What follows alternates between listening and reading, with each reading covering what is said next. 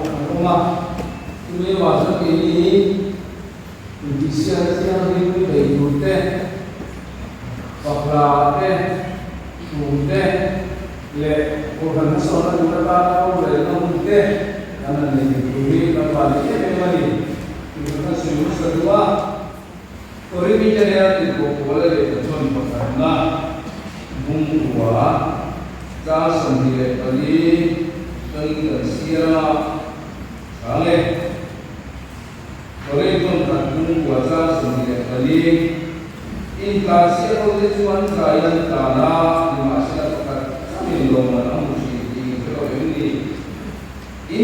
nan yang ketiga lalu tim inisiatif Islam ada cara yang su engkima ani su sinani ani zongal seperti tulisan daya kini zongal tulisan jadi Islam yang ditantani kata tadi bahwa main di lebih mani kini sina coba kita sah istilah katun maya kada kawani jadi lautan kita menela dah pin koin mati mati percaya kita ni lakukan penjelasan manusia proses.